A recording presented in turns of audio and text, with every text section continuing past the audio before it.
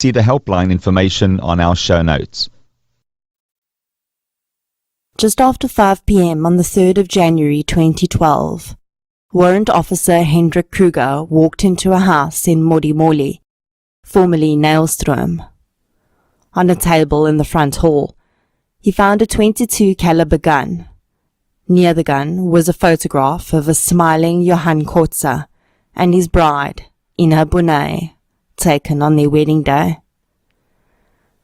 Across the photograph, Johan Kotze had scrawled the words, "Love is like war, easy to start, difficult to end, impossible to forget." What Warrant Officer Kruger found in that house would be impossible to forget.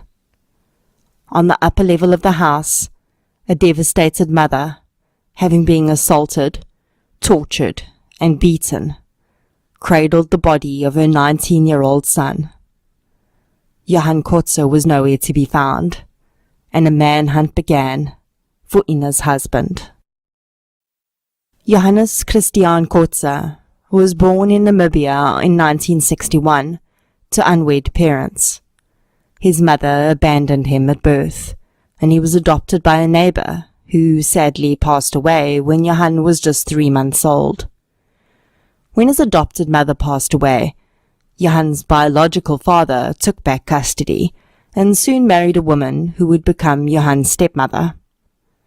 Johan's father and stepmother had 2 daughters together, and although they were essentially Johan's stepsisters, the bond between the siblings was strong, and they were constantly supportive of Johan throughout his life. Johan's stepsisters would later say that he had a very poor self-image as a child. Being born outside of wedlock was, of course, still a major stigma in the 1960s, and Johan was allegedly bullied and called some derogatory terms.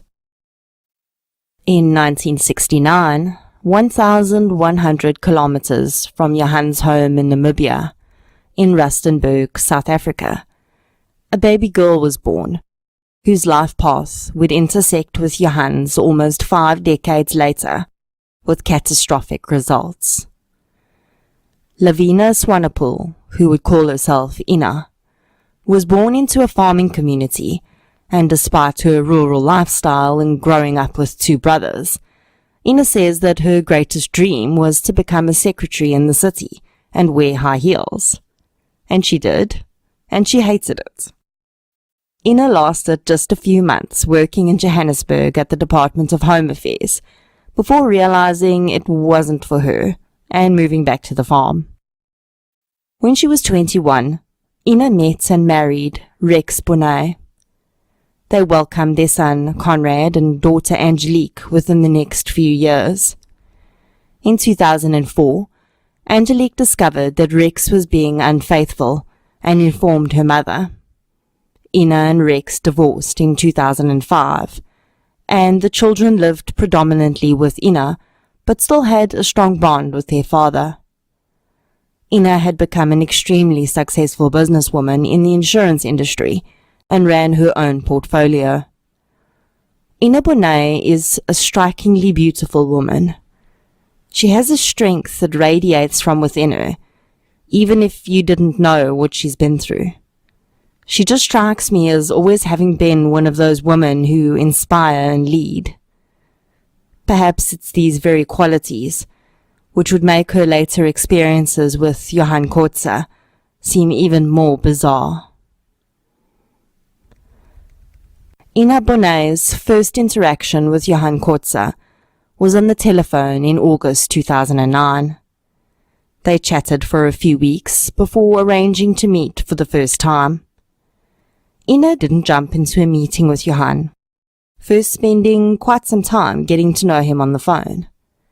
She arranged their first meeting place at an engine garage, presumably to get a feel for him face to face, before she took him to her house to visit. Johan still lived in Bloemfontein at this time, so the trip to Modimolle was almost 6 hours. After that first visit, Johan would drive the 600 kilometers each way every weekend to visit Ina. He was charming and seemed successful. He treated Ina well and spoiled her with expensive gifts and trips. Ina was overwhelmed by this wonderful man who was so committed to her. Her friends liked him too. He was always a gentleman. The manipulation and control techniques started very slowly, almost imperceptibly. Johan commented that Ina's hair looked unkempt as long as it was, and he wanted her to cut it. Ina was happy with her long hair, but after continuous comments from her new man, she agreed to cut it. Ina said that Johan had been obsessed with her breasts. She had undergone breast augmentation during her first marriage, as her breasts had been severely impacted by breastfeeding her children. When Johan was not with Ina, he demanded nude photos continuously. Ina didn't feel comfortable doing this and turned him down, saying that his phone could get stolen and her photos could end up in the wrong hands. Johan was insistent though, and eventually Ina relented and sent him one photograph. In turn, he bombarded her with unsolicited nude photographs of himself. Johan made sure that he knew everyone in Ina's life, including her co-workers. And when he decided that it was time to propose, he even roped in her co-workers to pretend that there was a function she needed to attend in order to get her where he wanted her. Ina doesn't say whether she was actually ready for marriage at this stage, but regardless, 8 months after meeting Johan Kotze, she became engaged to him. The wedding was planned for the 23rd of October 2010, but when the wonderful day arrived, their plans were rained out, and the couple had to have the service in the same hall as the reception. Perhaps the weather should have been a sign of foreboding for Ina, but if it wasn't, her wedding night would be. When they arrived in their overnight accommodation, Johan told Ina to sit down on the bed, and he told her that their marriage would be a great success if she just obeyed the rules that he was about to lay down. Ina was told that she would no longer see anyone without his permission.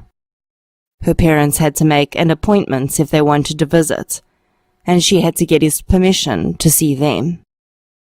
Her children would no longer answer to her, Johan said.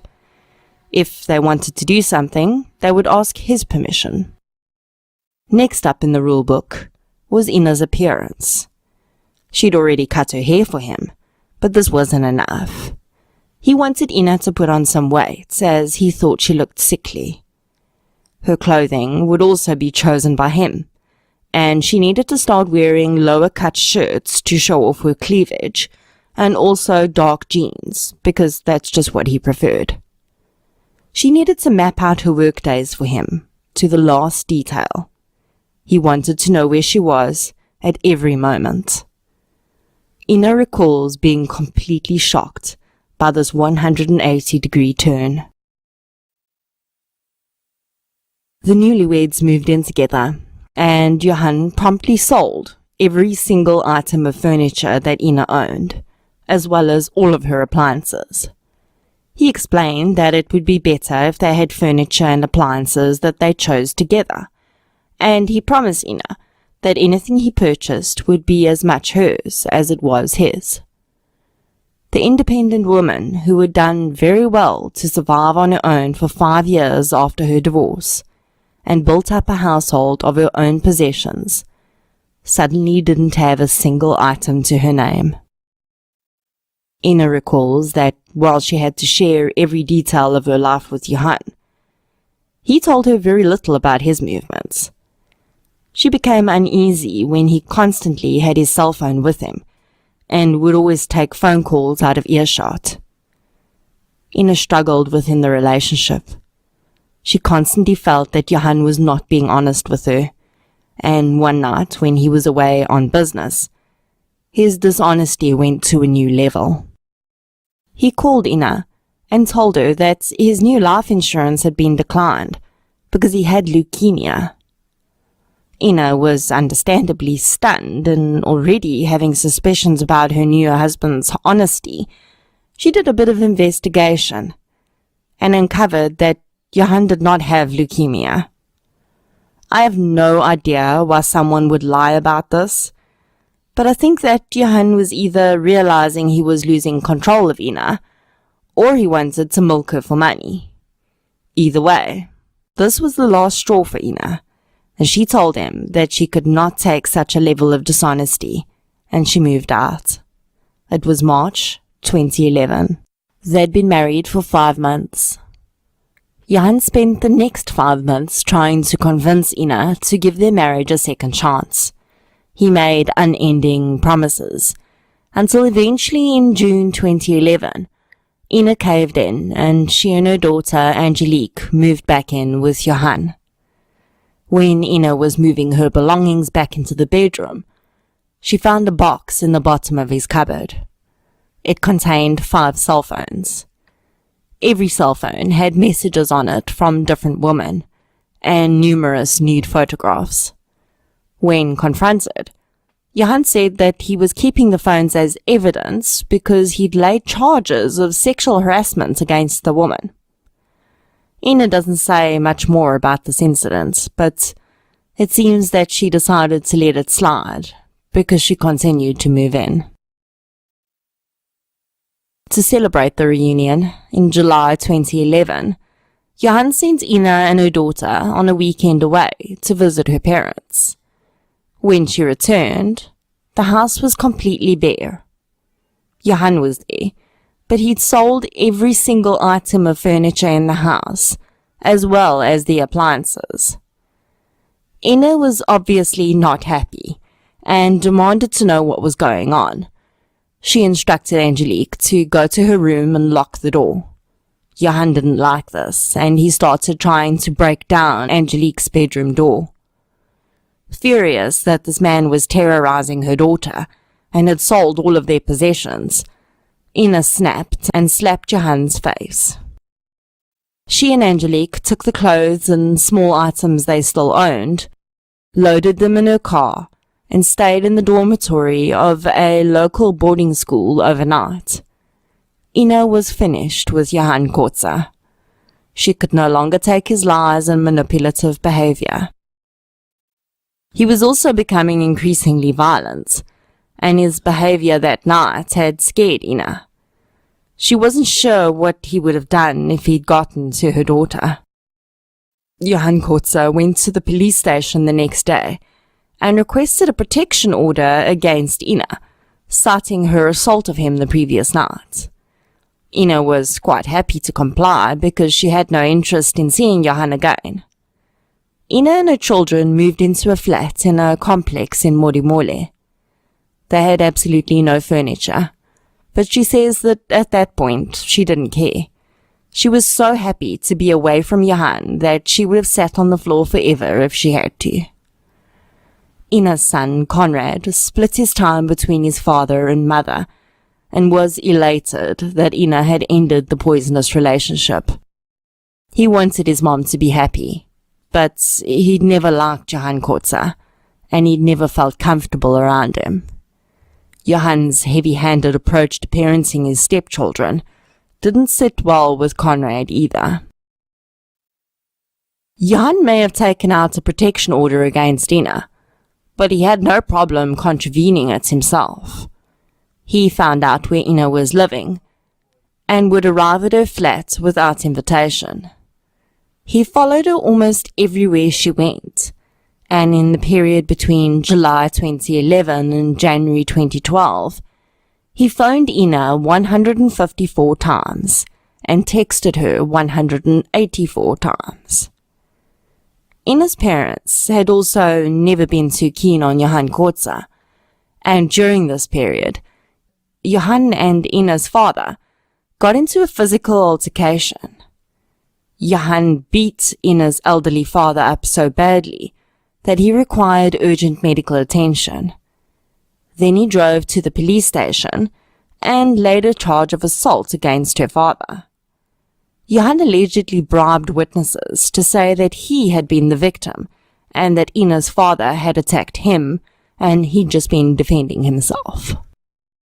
In November 2011, Johan arrived at Ina's home unannounced. He told her that he was going to be renting a house from his friend Dirk van der Merwe, and that after he was finished with it, it was going to be the most talked about house in Modimolle. Little did Ina know what that statement would really mean. Dirk van der Merwe and his wife Vivian had been very good friends with Johan for many years. Van der Merwe recalled Johan calling him one day and asking him if his house in Modimolle was up for rent. Having long-term tenants in the house, Van der Merwe told Johan that he was sorry, but the house was occupied. Miraculously, 24 hours after Johan Kotze made this request, Van der Merwe's long-term tenants very suddenly gave their notice. It's never been proven whether Johan actually had an involvement in this sudden turn of events, but I think it's highly likely that he threatened the tenants because he wanted the house. And what Johan Kotze wanted, Johan Kotze got. As Christmas 2011 rolled around, Johan tried to get Ina to feel sorry for him and spend time with him on Christmas Day. She already had plans with her children, and her son Conrad had invited one of his friends, and that boy's father. Conrad and the boy had been friends for many years, and the boy's father had been a family friend when Ina was still married to Rex. The group spent Christmas Day at a party at a resort, and then drove back to the man's house, which was closer than Ina's flat. Ina was no longer with Johan at this time, and she'd made her intentions clear that she didn't want to reconcile with him. If she'd been involved in any other relationships at this time, that would have been her choice. But she wasn't. Despite what Johan would later claim, Ina insists that she had absolutely no physical contact with the father of her son's friend that night.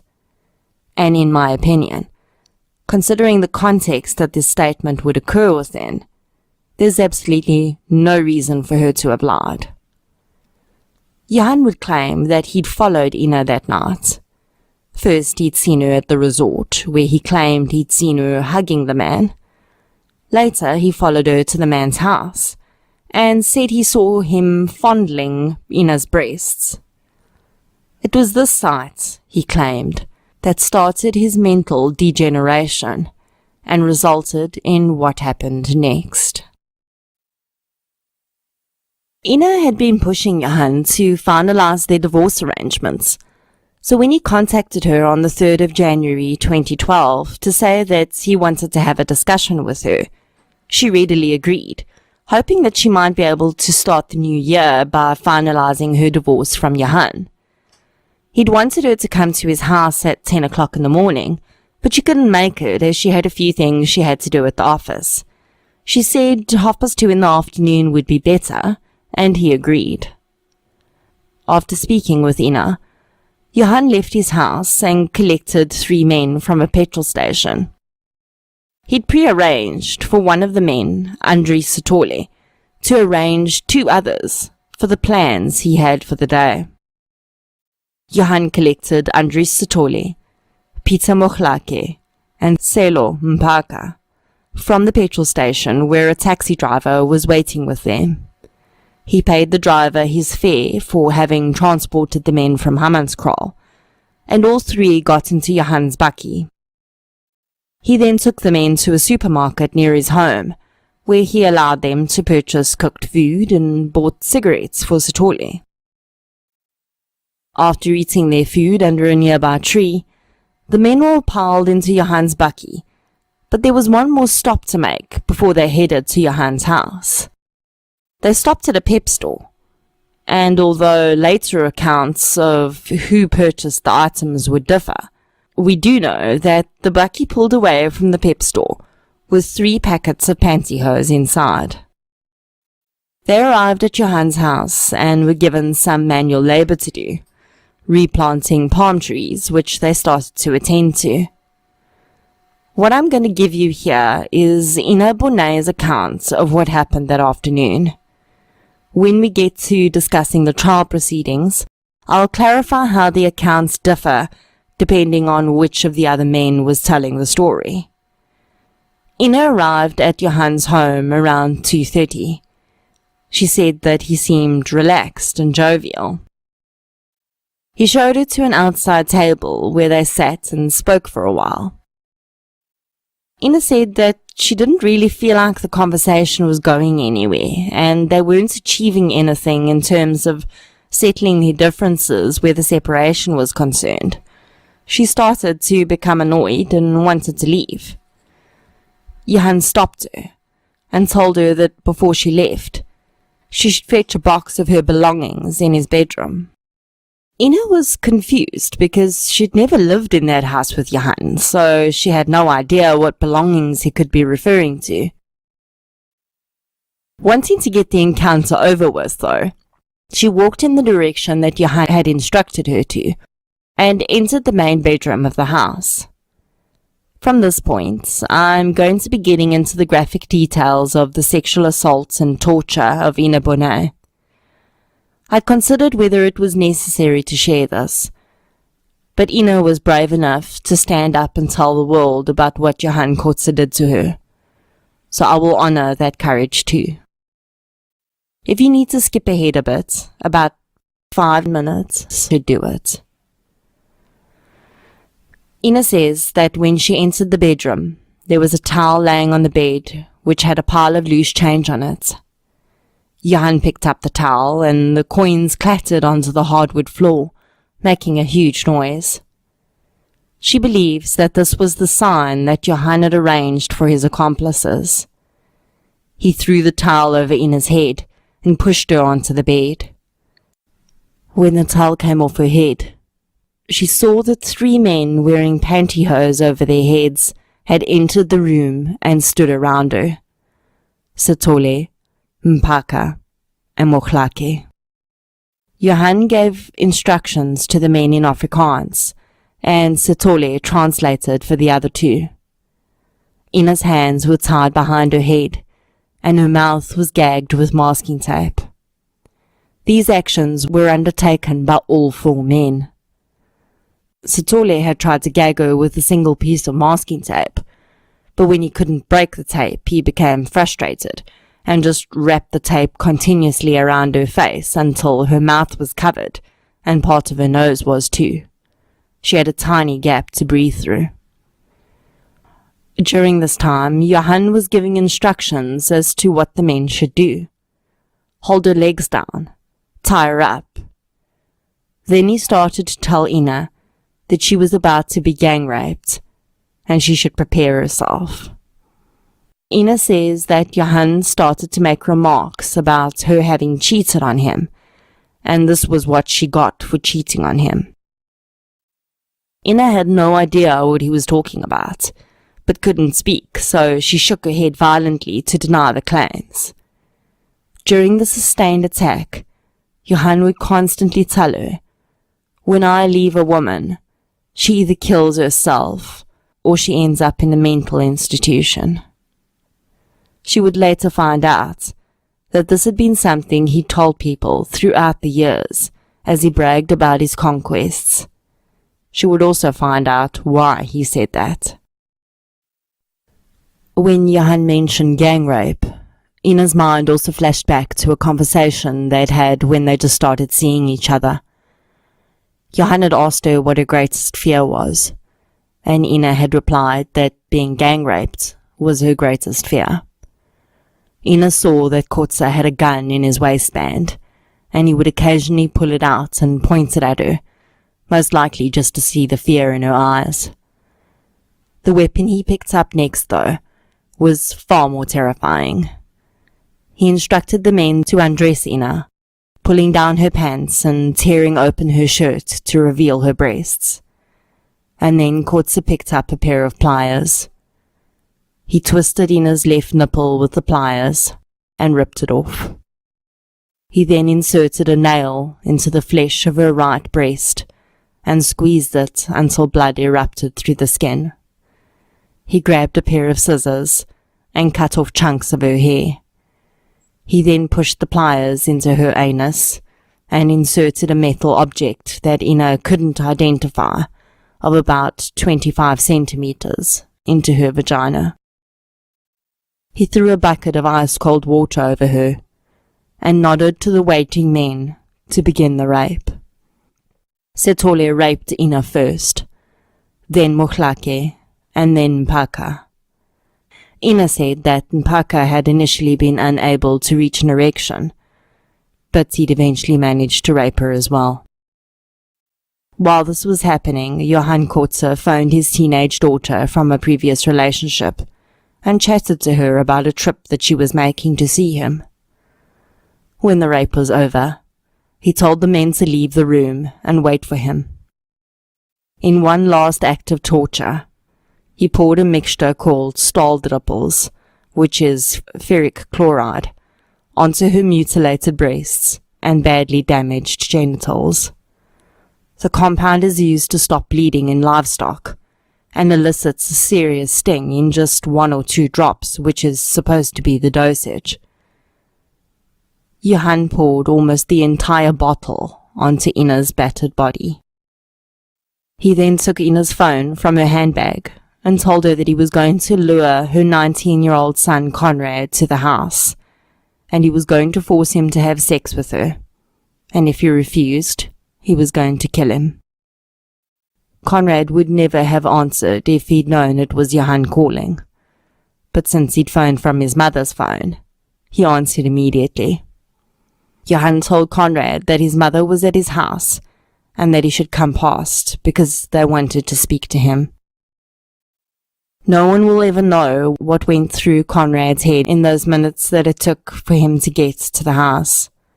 He was at gym when he received the call, but knowing as well as he did that his mother would not willingly be calling him to Johan's house, he probably realized that something was very wrong. He took a friend with him to the house that day. This was most likely because he felt threatened. Ina Bonai lay bound and gagged, helpless, as her son made his way to Johan Kotze's house, completely unaware that he was walking into an ambush. Ina and Johan heard Conrad's motorbike enter the property at the same time. Johan gave Ina one last look and then left the room. Conrad's friend would later testify that Johan Kotze had looked absolutely fine when he met them on the driveway that day. He said he needed help moving a few things and asked Conrad's friend to get a crate out of the garage. The young man heard Johan say to Conrad as he walked away that his mother was in the house if he wanted to see her. Just moments later, Ina would hear her son's voice saying, "No, uncle, please don't," 3 times, before hearing 3 consecutive gunshots, and then silence. Johan did not come back into the room.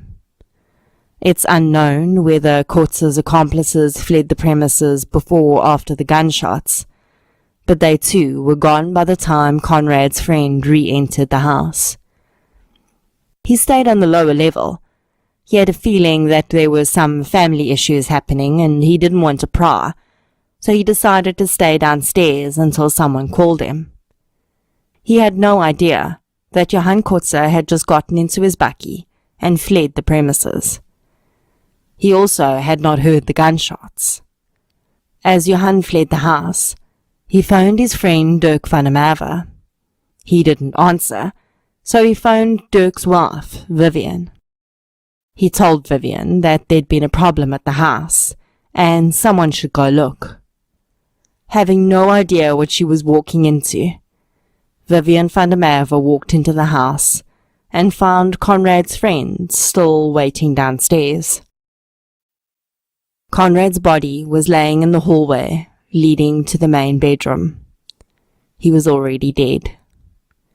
Ina Bonai was cut loose and ran to her son. She cradled his body until she was guided away later when Warren's officer Kruger arrived. Ina could not face going to a hospital to be examined, so she opted to be examined by a general practitioner. Unfortunately, the GP had never done a sexual assault assessment before, and although he noted the bulk of Ina's injuries, there were many that he failed to record. He did confirm that Ina had been sexually assaulted and forcibly penetrated. The nightmare would continue for a week, as Ina and her family had no idea whether they were safe with Johan Kotze on the run. Ina's statement to police indicated that there had been 3 accomplices. By checking Johan's phone records, they realized that he'd been in contact with one person besides Ina, Modemolle, and his daughter that day. Andries Sithole. Not only had he phoned Sithole early that morning, but Kotze had phoned the man 41 times in the last 2 weeks. Andries Sithole was arrested fairly quickly and gave up the names of the 2 other men.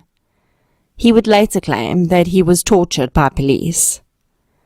At the time of these arrests, a narrative emerged in the media and in the community that the 3 men had been forced to rape Ina by Johan Kotze. Sufficient evidence would be laid in court to prove the opposite, though. Interestingly, Mpaka and Mohlake did visit the police station in the time before they were arrested. They weren't there to hand themselves over, though, or complain that they'd been forced to rape a woman. They were there to lay a charge against Kotze for not having paid them for their day's work.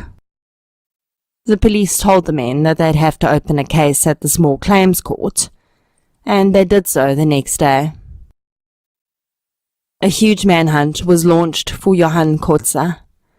An SMS campaign was undertaken where his photograph was distributed to every cell phone in a specific radius. At one stage, police believed that he might have fled back to Namibia. 8 days after his gruesome crime, though, Kotze was spotted at a petrol station in Modimolle. The woman who saw him called the police, and they just missed him. Johan had realized that he'd been spotted, though, and in his rush to get away, he crashed his vehicle into a tree. Now on foot, Kotze knew that he had very little chance of evading police. A few hours later, he walked into the dental practice of his friend, Dirk van der Merwe. Dirk was horrified to see Johan standing in his office, but realized that he needed to keep him there. Johan said that he just wanted to talk to Dirk and get some advice. Dirk agreed and said he was going to make some coffee and they could chat. He slipped out of the room and phoned police. Johan Kotze was taken into custody within 10 minutes of that phone call. A hideout was discovered in the bushes where Johan had been staying. His vehicle, as well as his hideout, contained blankets, a gas stove to cook food on, food and stacks of letters. Johan had been writing letters, predominantly addressed to Ina, throughout his time on the run. He would later claim that he tried to commit suicide by putting the blanket over the gas stove and inhaling the fumes. In most of the letters, he blamed Ina for his actions, continuing to claim that she cheated on him and driven him to madness. The letters were largely unintelligible, but all around one theme. Ina was the problem, and he just reacted. Johan had a few superficial wounds, and was quite worse for wear from having lived in the bush for a week. The police needed to get him seen by a doctor, but unfortunately none of the local doctors wanted to see him. His injuries weren't life-threatening, so that was their choice. Police eventually managed to find one GP who agreed to assess Johan. He treated his scrapes and scratches and noted from a mental perspective Johan seemed absolutely fine. He wasn't displaying any signs of depression and wasn't confused or disorientated. Johan Kotze and his 3 accomplices were all charged with 1 count of murder for Conrad, 1 count of attempted murder for Ina, kidnapping and rape. On the same day of Johan's first appearance in court, Conrad Benet was laid to rest by his grieving family. In eulogies, those who knew him best described him as deeply religious, and someone who always wanted to do the right thing. His friends joked that, hard as they tried, they couldn't get Conrad to do anything naughty with them. Sadly, it also emerged at his funeral that Conrad had been afraid of Johan Kotze. He had told a friend in a half-joking manner that if he ever disappeared, they should know that Johan was behind it. Having declined to apply for bail, Johan Kotze was behind bars.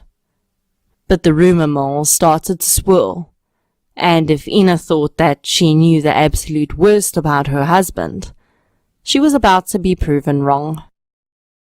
Johan could no longer hide his past, and soon the whole sordid history was on display. Ina and Conrad Bonnet were not his first victims.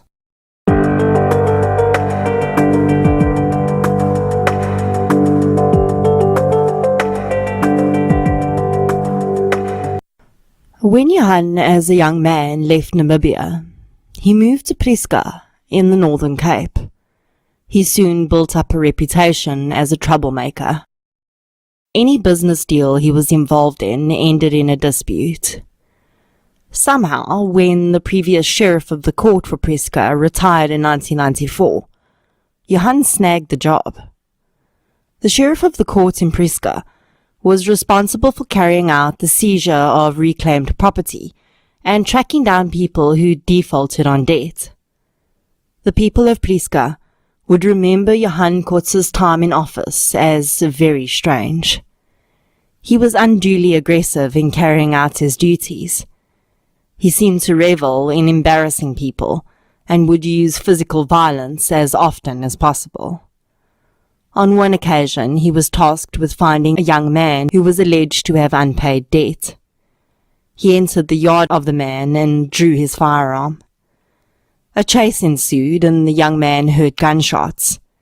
He turned around to find his elderly mother laying dead from a gunshot wound on their front porch. The woman had seen Johan running through her yard with a gun and screamed. Witnesses claimed that Johan had turned and fired one shot directly at the woman. He claimed it was an accident. He was charged with murder, but his trial only lasted 1 day. He was acquitted on the basis of insufficient testimony.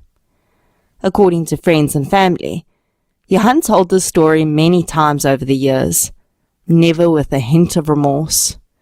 He told it as though it were just another interesting story to tell around the bra. He always claimed it was an accident, but never seemed at all put out by the fact that he had taken a life.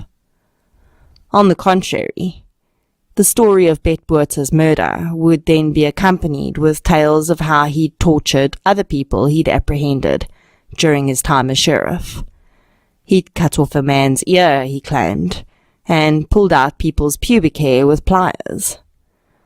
So Ina now knew that Conrad had not been Johan's first murder victim, but there were more stories to be told. Johan had not been joking when he said when he left a woman she either ended up committing suicide or in a mental institution. The only woman who would not go into detail about the abuse she suffered at the hands of Johan Kotze would be his first wife, the mother of his teenage daughter.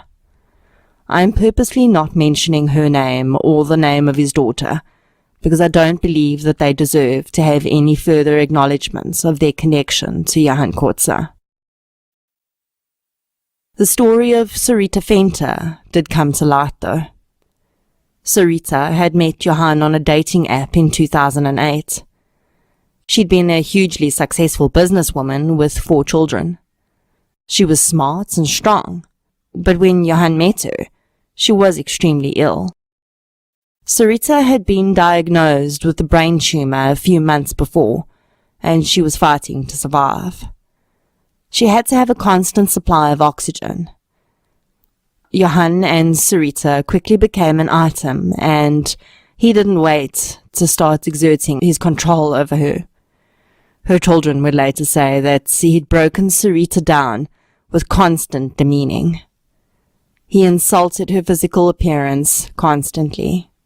He insulted her physical appearance, predominantly focusing on insulting her breasts and her hair. He refused to have a physical relationship with her because he claimed he suffered from sexual dysfunction, which was later proven to be a lie because he was having a physical relationship with other women at the time that he was with Sarita. He told Sarita that he would help her to invest her money, but he could never account for what he did with it. And by the time he was finished with her, he owed her an estimated 1 million rand. Johan accompanied Sarita on a holiday to Mozambique. Sarita's oxygen pipe was a constant feature, and it ran across the bottom of her nose.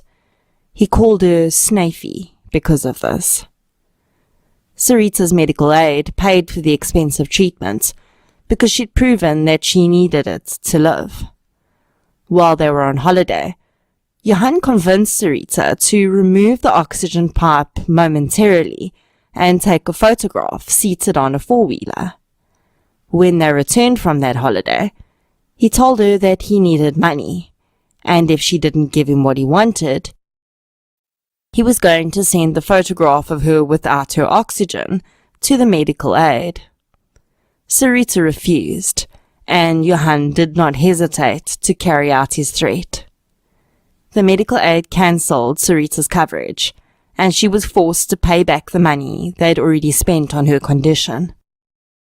Also, while on this holiday, Johan asked a friend of one of Sarita's sons for telephone numbers of rich widows or divorcees, claiming that he wanted to help these women with their finances. Among the names and telephone numbers he received was that of Ina Bonnet. This was how Johan had found Ina. He started seeing her while Sarita still thought she was in a relationship with him. When Sarita found out that Johan was already with another woman, she phoned Ina to warn her. Unfortunately, Johan convinced Ina that Sarita was just a bitter ex-girlfriend. About a month after Johan Kotze had started seeing Ina, Sarita Venter took her own life. She was emotionally broken, financially ruined, and saw no hope for the future. One of her sons still believes to this day that his mother did not take her own life, but that she was, in fact, murdered by Johan Kotze. There was another woman that Johan was seeing while he was with Sarita. Her surname was withheld, and in the book she's named as Marita. Marita had initially believed that she was in a serious relationship with Johan. She quickly became the victim of his control, manipulation, and degradation. He told her to cut her hair. She did. He was obsessed with her breasts as well, constantly commenting on their shape and size. He wanted to invest her money for her and suggested that she let him sell her house and split the profit with him. He was enraged when she sold the house on her own and refused to give him any money. Marita eventually broke up with Johan, but he was not finished with her. He would eventually, through much stalking, pressure, and terror tactics, get 50,000 rand out of her. When she was finally free of him, she'd contacted Sarita, and the women had conversations about how they could get their money back from Johan. Marita had phoned Ina too.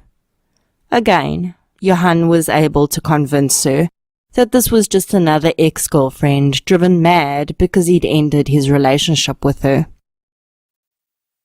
There were 5 other women from Bloemfontein who were putting together a case against Johan. He had managed to get a total of 1.3 million rand from them. I did a search on the Safely website to see what other cases I could find against Johan Kotze, and I found something very interesting. Johan had always claimed that he'd lost his farm in Bloemfontein because of a woman that he was in a relationship with. I'm sure this is not going to surprise you, but that was not entirely true. Johan had been leasing farmland in Bloemfontein, as well as the livestock that was on the land. He didn't own it.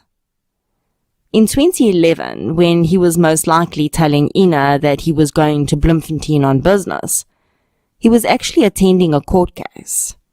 He'd been sued by the owners of the land and the livestock because the livestock had disappeared, and they wanted financial compensation.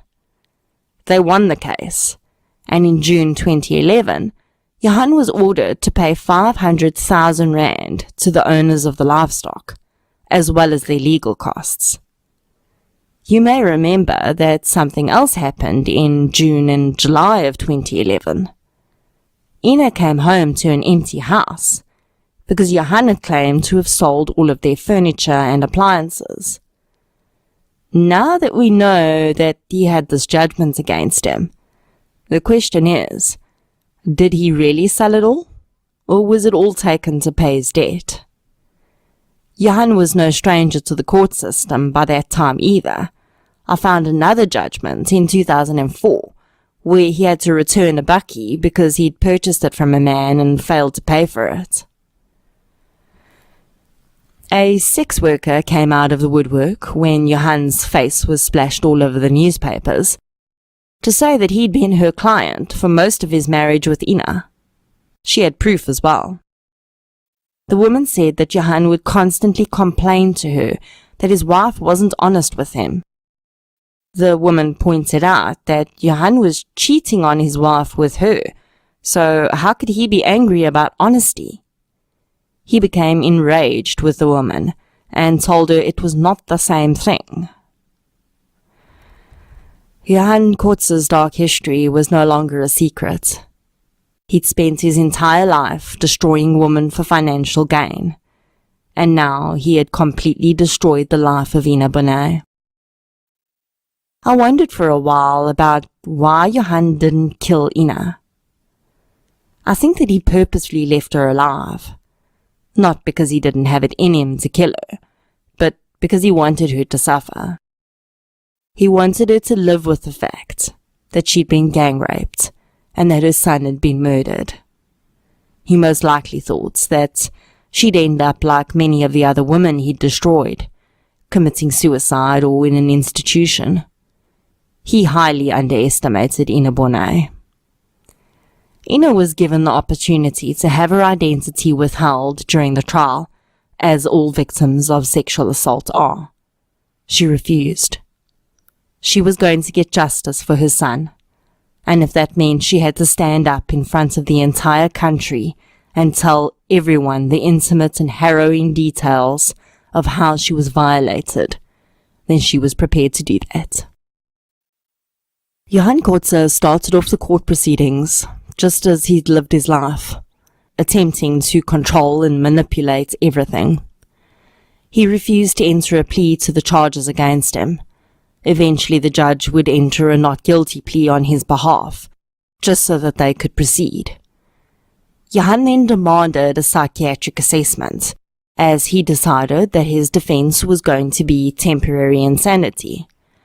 He was afforded the assessment and was found fit to stand trial.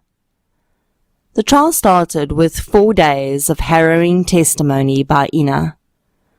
The details of her testimony were so graphic and disturbing that the judge banned journalists from tweeting about it. The judge would later say that Ina was one of the best witnesses he had ever seen in a trial. She never looked at Johan, speaking directly to the judge.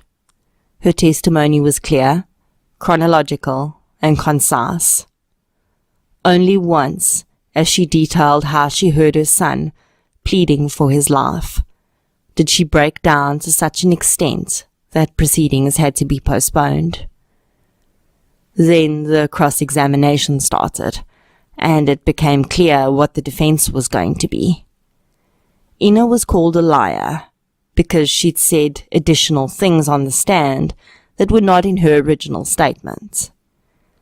The injuries she suffered were also brought into question because the doctor hadn't listed all of them.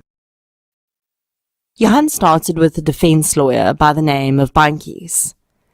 The man led Ina in questioning, which insinuated that she cheated on Johan on multiple occasions and essentially driven him to madness. Johan also instructed his defense counsel to put it to Ina that she was not actually raped because there was no DNA found inside of her. The judge would later state that there could be many reasons why DNA was not present, including the stall ripples that Johan had poured onto and into her vagina and over her breasts. The line of questioning started a completely different narrative to the case. Ina was painted as a loose woman who had cheated on Johan so many different times and lied to him so much that his actions were simply a result of her own abuse of him. Insanely, Johan Kotze started to build quite a pool of support. Ina started getting threatening phone calls and messages. An attorney, completely unrelated to the case, was actually fired because he stated on social media that what happened to Ina was a lesson to all women, that they couldn't just treat men however they wanted and get away with it. Many people were under the impression, created by Johan of course, that he'd paid for Ina's breast surgery. And this man even went so far as to say that he felt Johan was in his full rights to damage the breasts he had paid for. Facebook groups were formed against Ina and in support of Johan. About halfway through the trial, Johan's defense counsel spoke to the media and said that Johan was very popular with the ladies and he was getting piles of fan mail in jail. Ina held her head up high and continued with proceedings. She could only hope that Johan would be found guilty so that the stories about her could be laid to rest. The sensation around Johan Kotze was so intense that his 3 accomplices were almost forgotten about.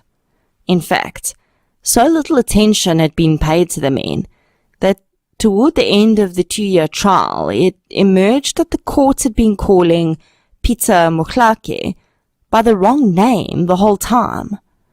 For 2 years, he'd been referred to as Peter Modemolle. 3 accomplices all still insisted that they were forced to rape Ina Bonet at gunpoint. Essentially, their story was that they had been brought to the house under the auspices of doing renovation work, and then they'd been locked in the bedroom cupboard while Ina entered the room. Anything they did after that was under duress of violence from Johan Kotze, they claimed. In fact, they all said that none of them had actually raped Ina at all. They'd all just pretended to rape her, but actually never penetrated her. Sithole presented himself as being as much a victim as the other 2, but when the men testified, that all went out the window. Modemolle and Mpaka said that it had become very clear to them that Kotze and Sithole knew each other well, and that they were working together. They told the court that when Kotze had ushered them out of the bedroom, they'd asked Sithole what was going to happen now, and Sithole said that they were waiting for Ina's son, because Johan wanted to hurt him too. In the beginning of the trial, Andries Sithole had constantly attempted to cover his face, and the reason for this would soon emerge.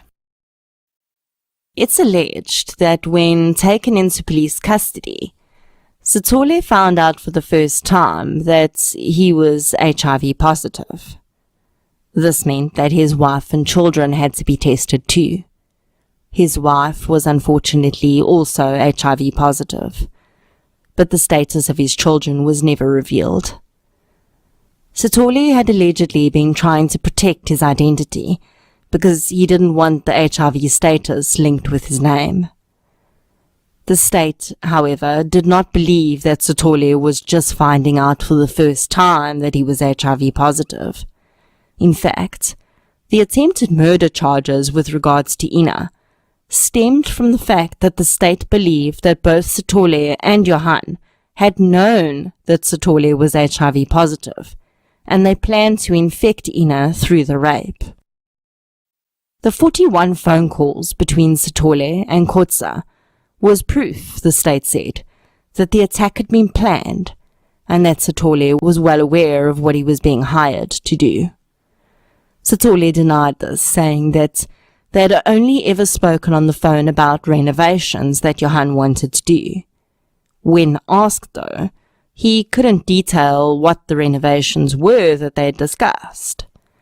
Sithole was very well spoken, and prosecutors would later say that they believed him to be far more intelligent than Johan Kotze. Johan's testimony would be a looping, blabbering mess. Johan seemed to be trying to hold on to his temporary insanity defense so tightly that he even behaved temporarily insane on the stand. The crux of his testimony about the attacks was that he'd had nothing to do with the rape. He claimed that the 3 men had snuck into his house without his knowledge and attacked Ina, and he'd actually been the one to save her. When he said this, his accomplice's eyes grew wide, and Mpaka actually put his hand over his mouth in shock. Johan alleged that after he convinced the 3 men to leave the house, he'd laid down next to Ina, and for the next few hours he moved in and out of consciousness. He said that on the occasions that he'd regained consciousness, he realized that he must have hurt Ina because he saw that her breasts were mutilated. He said that he'd done this because he'd been so angry at her for cheating on him. Johan claimed that for the months preceding the attack, he'd been declining mentally and in a terrible state because of Ina's alleged infidelity. He actually turned the entire thing around and claimed that Ina had desperately wanted to get back together with him, but he wanted to take things slowly because he didn't trust her anymore. He denied that Ina had discussed divorce and said that when he'd invited her to the house that day, it had been to discuss their reconciliation. But then Ina had got nasty and thrown a vibrator at him, and he became enraged with her. I swear, if this man wasn't such a vile excuse for a human being, his nonsense would actually be laughable. Johan could not explain why he hadn't untied Ina if he was her rescuer, nor why he hadn't used the weapon to hold the men at gunpoint and called police. He claimed that Ina had told him to phone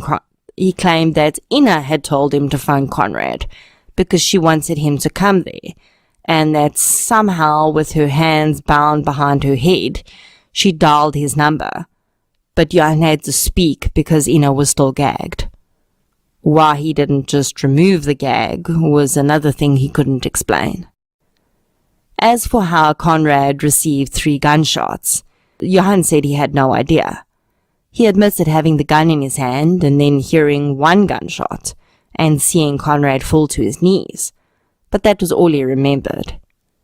He claims that he only realized Conrad was dead when he heard it on the radio. He spent most of his rambling testimony complaining about what a bad wife Ina was, and how she'd never cooked for him, and how she told him that she stopped smoking, but she hadn't. Toward the end of the trial, Johan changed lawyers. He claimed that Bankies had been poorly representing him, but it emerged that he'd actually stopped paying the man, so he'd withdrawn his services. Johan's new lawyer, Piet Greiling, was a name that I found on the livestock theft cases as well. Greiling had represented Johan before.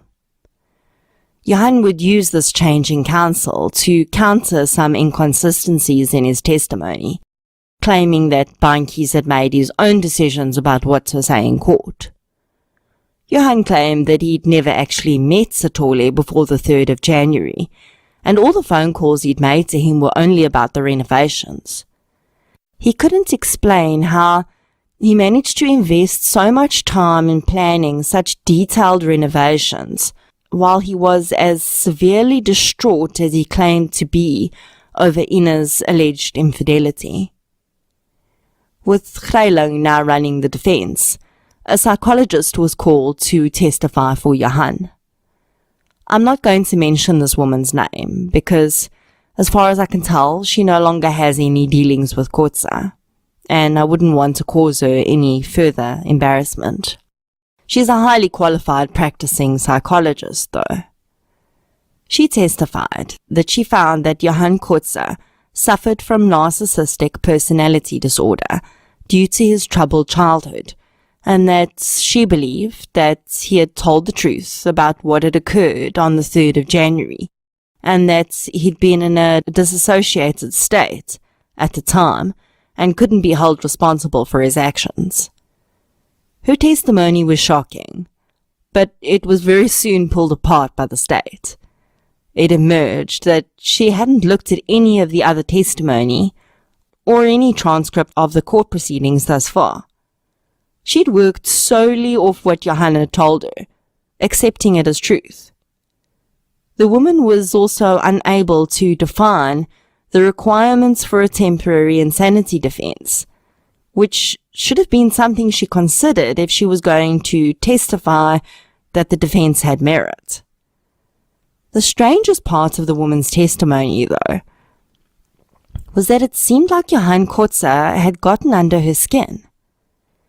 She described him as kind and gentle, and said that she felt sorry for him because he had such difficulty in remembering what had happened. The woman was known for her wild, curly hairstyle that she'd worn in the same way for many years and in several trials. When she appeared to testify for Johan, though, she had cut her hair. It was also reported shortly afterwards that she was helping Johan to write his life story.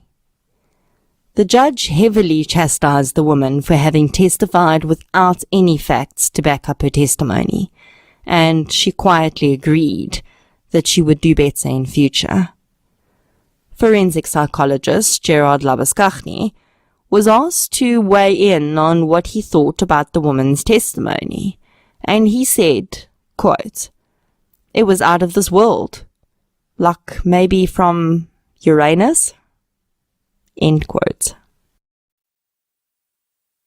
By bringing in this psychologist to testify, the defense opened up the opportunity for the state to present their own psychologist's findings. The state's psychologist had reviewed all of the evidence and interviewed Johan Kotze for 7 hours. He found that there was absolutely no evidence of any personality disorders, and that Johan Kotze knew exactly what he was doing at the time of the crimes. The narrative that had developed originally around the accomplices being forced to take part was really their only hope of a defense, so their lawyers focused on this as heavily as they could. Any person who had made a statement in the early days of the case, which even remotely implied that the men were also victims, was called to testify. This, unfortunately, included Ina's ex-husband, Rex. In the aftermath of the devastating loss of his son, he had made a brief statement to a journalist that, as he understood it, the men were held at gunpoint to rape Ina. When asked why he'd said this, Rex stated that he believed that that was what Ina had told him.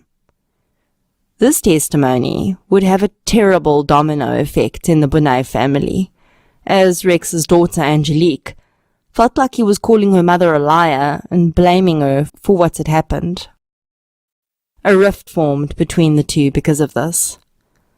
Rex stated in no uncertain terms, though, that although he felt there were things that Ina could have done to avoid having Johan in their lives, he didn't blame her for what happened.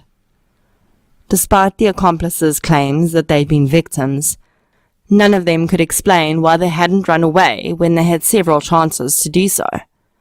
They also couldn't explain why they could go to police to complain that Kotze hadn't paid them, but they made no attempt to tell the police what had happened.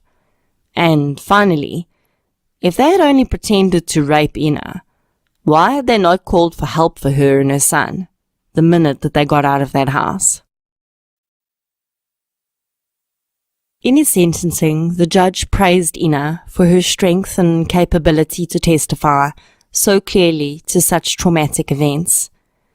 He said that he completely believed her version of events and found it highly objectionable that blame was being placed on her by Johan and some members of the public. He called Johan Kotze inherently evil and said that he didn't believe for a minute that he'd been under any emotional distress at the time of his actions.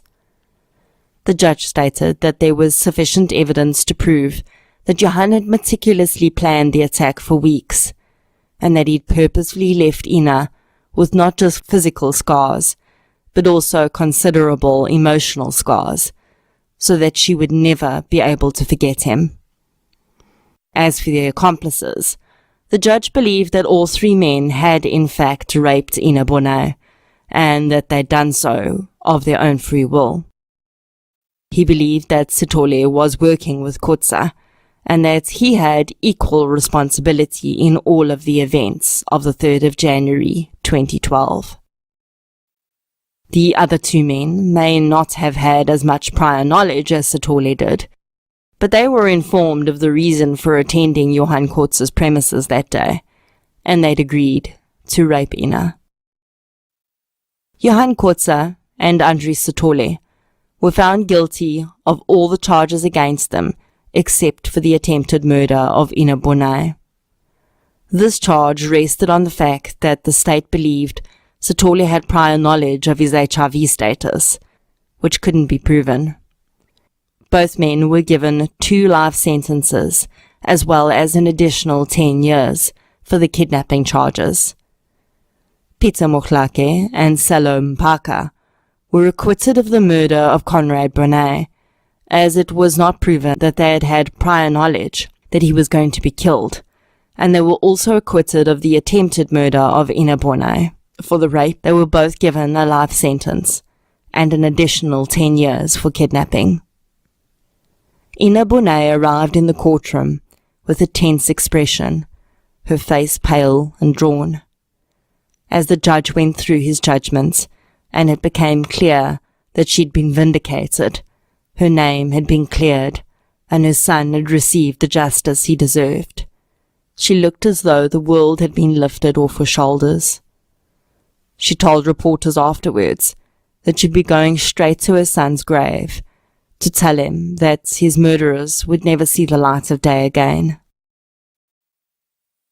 The Brunet family may have received closure that day, but it was just the beginning of their journey of grief.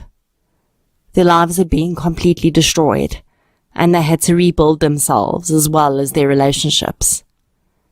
Despite the judgment, Ina found that some people in the community still believed that she was somehow to blame for what had happened to her.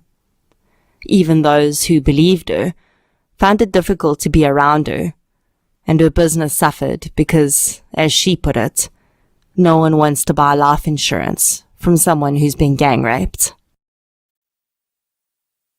She refused to leave Modimolle though, and bit by bit, she rebuilt a new life on the ruins of her old one.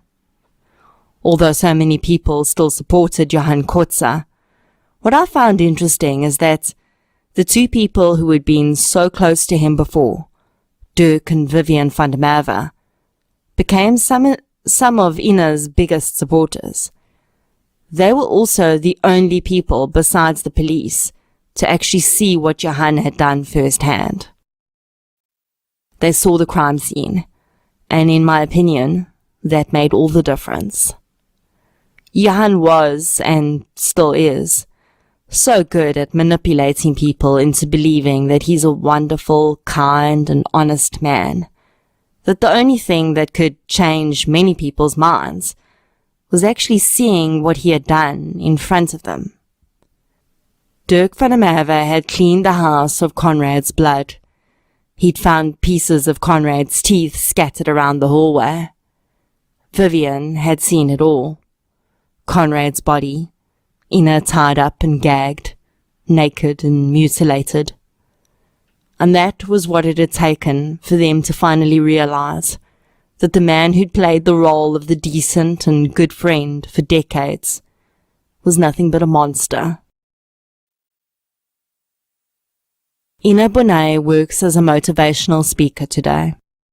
She tells her story to groups in order to help both women and men understand the dangers of accepting emotional abuse. Ina's advice about getting into relationships is to never allow yourself to be blinded by love. She thinks about the calls that she got from Sarita and Marita and wishes that she had listened.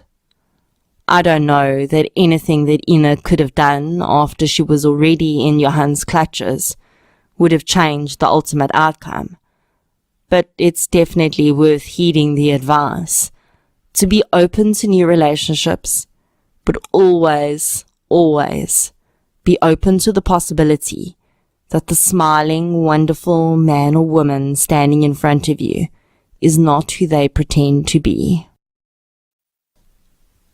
Johan Kotze was denied leave to appeal. Many of the Facebook pages in his support were shut down, but one remains open. It's a private group run by one of his stepsisters. It's called Venstertjie na buite, which in English means a window to the outside.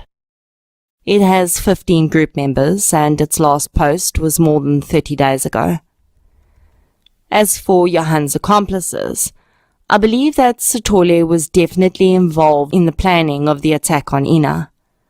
I do think that he had recruited the two other men, and I think that they were told why they were going to Johan's house that day.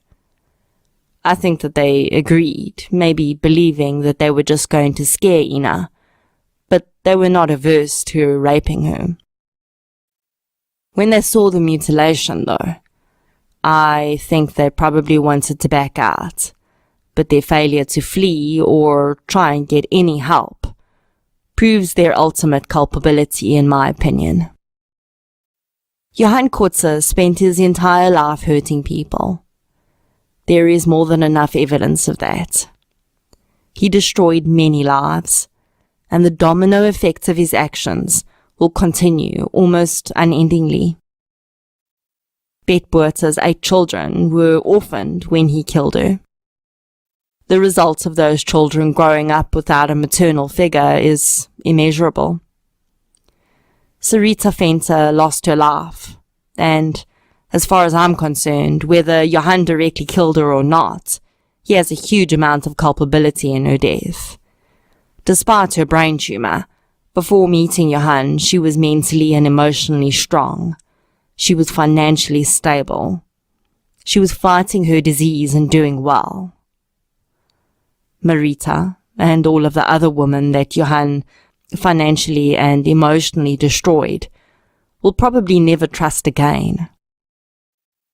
Ina Bonet will be permanently physically scarred and have to think about Johan every time she looks at herself. Not that she'd ever be able to forget him, considering the fact that he's the reason that her son lost the chance to live. Conrad, at his young age, was already 10 times the man and human being that Johan Kotze could ever dream of being.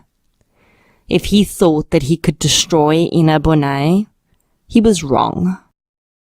She may be forever damaged, but she's still standing and insistent that she will continue to live her life in honor of her son.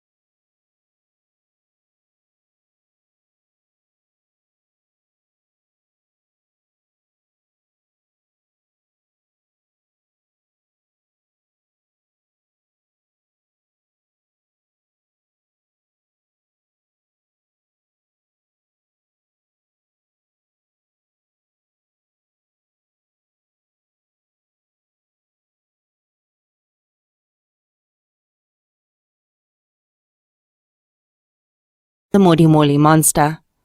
If you enjoyed this episode, please be sure to subscribe to the show on the app that you're using to listen right now. You can also follow us on social media. We're on Facebook, Twitter, and Instagram. If you'd like to help support the show, you can do so through our Patreon page, and we also have a few books on our website which are sold through affiliate links, so we earn a commission on that as well. I'll be back next Friday with a mini-sode.